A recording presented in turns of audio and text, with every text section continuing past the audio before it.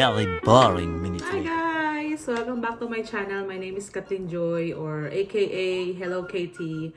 This vlog is about Osce. Osce stands for I will read because I don't know. Objective Structured Clinical Examination. So this is the third exam and the last step of the UKRN dream.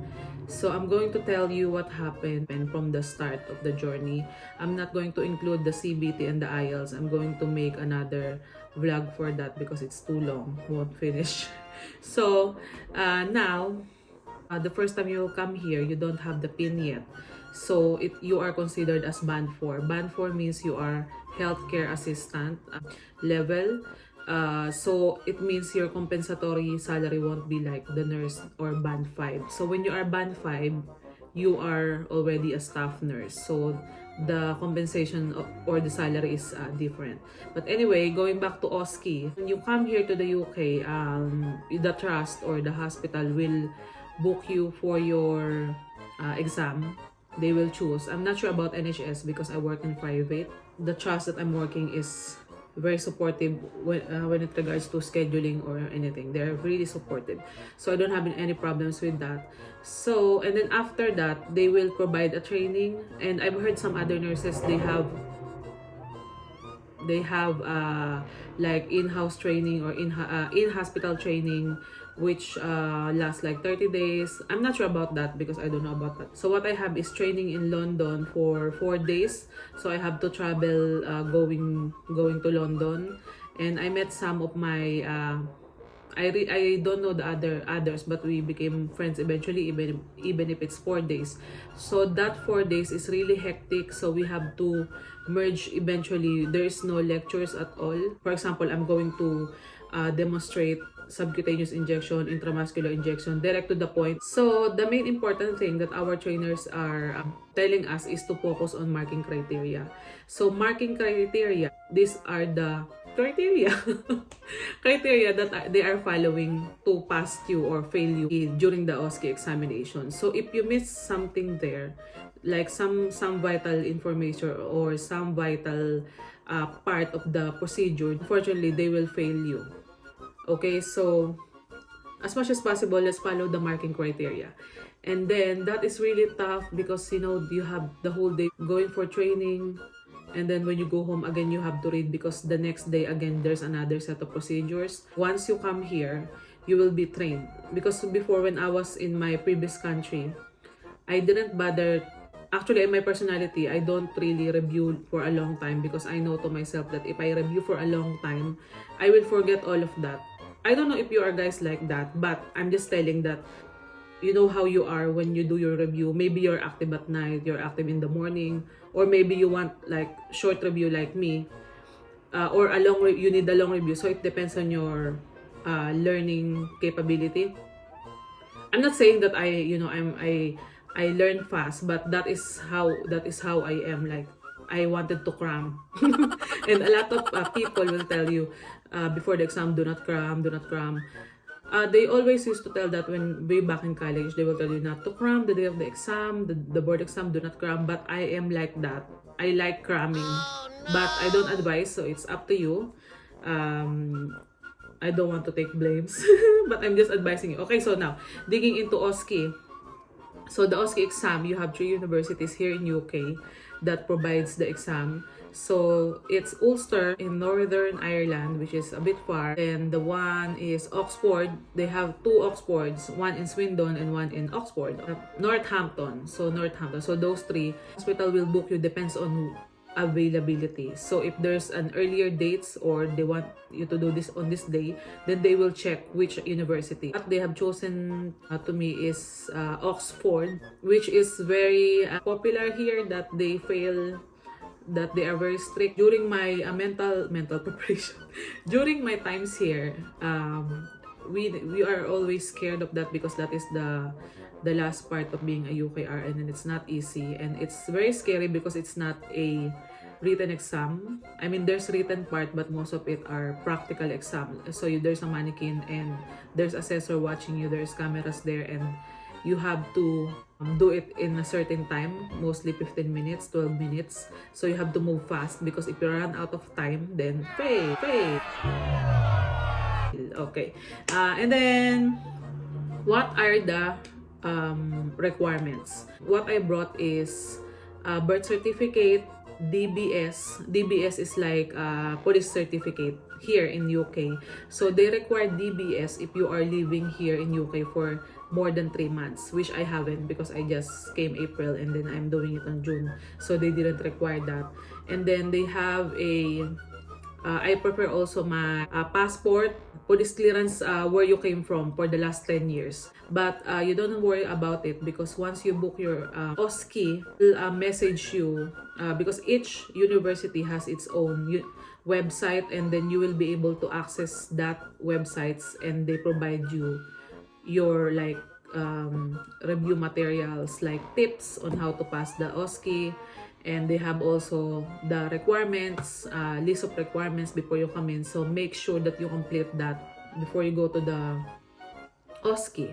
So, okay, so once you are prepared now, so the next thing is how to find out where you will do the exam. So for me, it's 3 hours travel time. So I decided to check in a hotel, which I spoke to my HR that I prefer to book a hotel, or it's up to you how you will get there, but just to make sure that you will have enough time, because in the road, that's why I prefer to check in near to the university. You know, you will never know when you travel, maybe there's a problem with the transportation, and then it's very difficult to get the Osce dates again, and it's a hassle, and I don't think they will fully refunded you. But all of those terms and conditions will be discussed on the website of the university. Like, for example, if you wanted to cancel, if you are having disability, they have some terms and conditions separate. So during the examination, I'm gonna show you a video right here now. Ayan na po. This is the day that the Lord has made. So I prepared myself, and now I'm ready for the battle. I hope I'm ready. Anyway, so I'm having diarrhea, and this feeling seems familiar. I had this when I was having my board exam in the Philippines. It's a nice experience. Oh yeah, I look like a pale patient, cyanotic patient. Oh yes, I'm wearing the uniform because this is the outfit.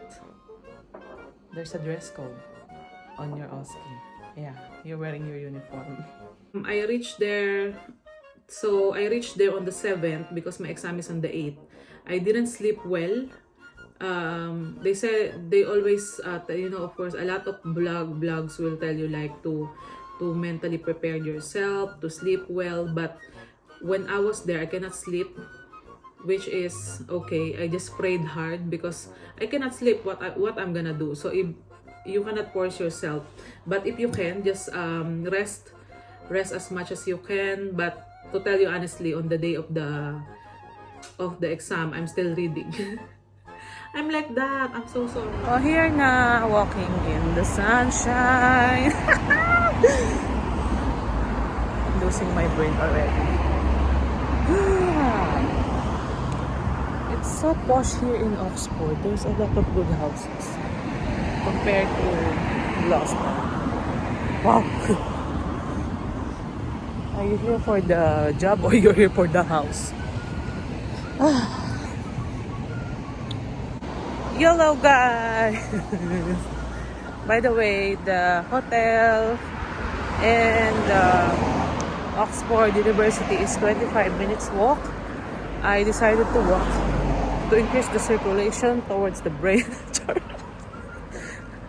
Towards the brain. Yeah, it's just I prefer that, to increase my happy hormones. No, just to waken me up, because if I take the bus, it will be around, let's say, the same, because you will take 2 buses.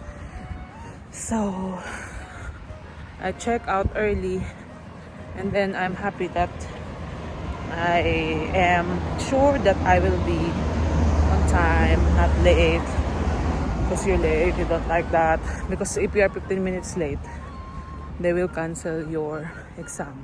When I came there, you have to do the registration and you have to sign like a declaration that you will not tell what happened inside the Bay Area or what happened to the whole exam. So of course I'm not gonna tell you because it's not allowed. But eventually, don't worry, you will find it. Of course you will find it because you're going there anyway. But what I can say is when I came there, I'm not palpitating. But I saw those people that they are already pale looking. They are scared. Of course, I'm scared as well. And yes! Natapos na.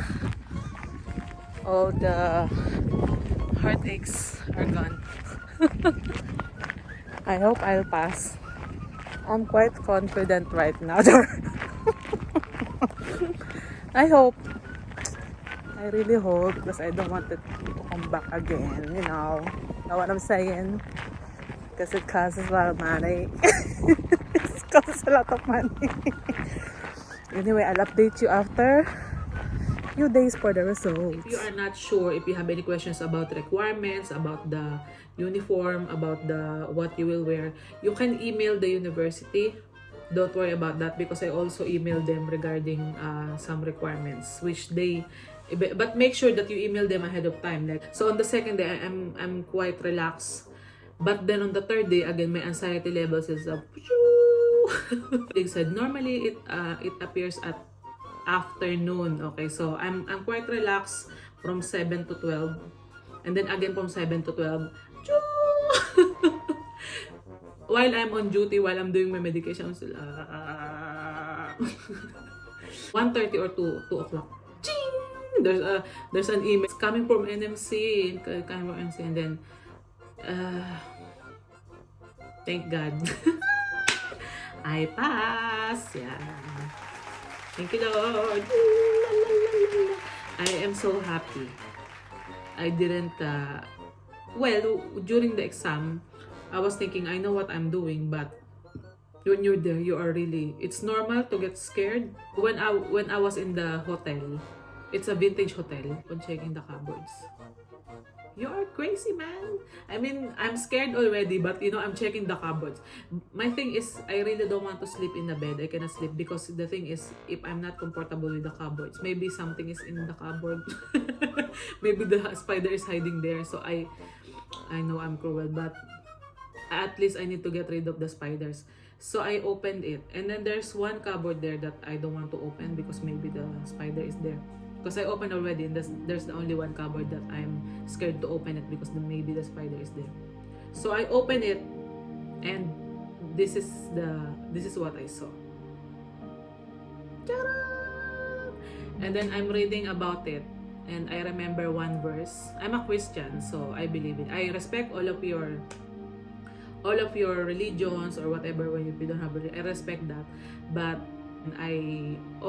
one of my favorite verses is Jeremiah 29:11, my favorite verse. And I opened it, and it says there that my plans for you, not to harm you, but to give you a hope and a future. That's my, it's not a joke. I really like bursting into tears, and then I was praying that, oh Lord, I know that I'm asking a lot, but hopefully I'm not going to fail. I cannot guarantee you that these tips will work, but I deactivated my Facebook. But you know what I'm doing? I downloaded some games. I'm watching Netflix. So I think don't be so hard on yourself. Still try to do some of your routines. Don't remove everything because as we nurses, we know that if you remove something immediately on your routine, you will get withdrawal symptoms. For example, the smoking, you cannot just stop it right away. You will, find some things to cope up with smoking. So, if you stop it immediately, you will become worse. So, you will do it gradually. So, what I did was bad because I removed my Facebook, and I love Facebook. My advice is just to try to relax when you are scared or when you are anxious about it, what I did is, there are many parks here in UK. So you can go just to walk in a park, you know, just to breathe some fresh air, to release some of your tension. Thank you for watching this video, and I hope you like it, and click the thumbs up and subscribe on my videos. And the next vlog I will have is regarding my UKRN journey from United Arab Emirates.